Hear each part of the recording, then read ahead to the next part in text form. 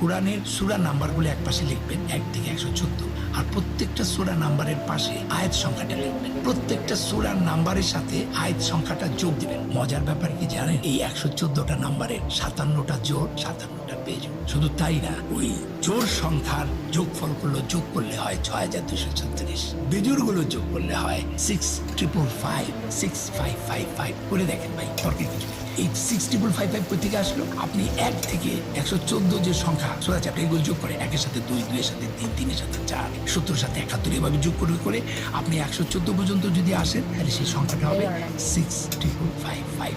তাহলে জোড়াটা হচ্ছে 6236 আর বেজোড়টা হচ্ছে 6555।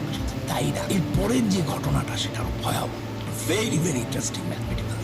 এই যে যোগ করার পর সেই নাম্বারের রিপিট গুলো একসাথে করেছি, আনরিপিট গুলো একসাথে করেছি। এই রিপিট নাম্বারের যোগফল হচ্ছে 7906।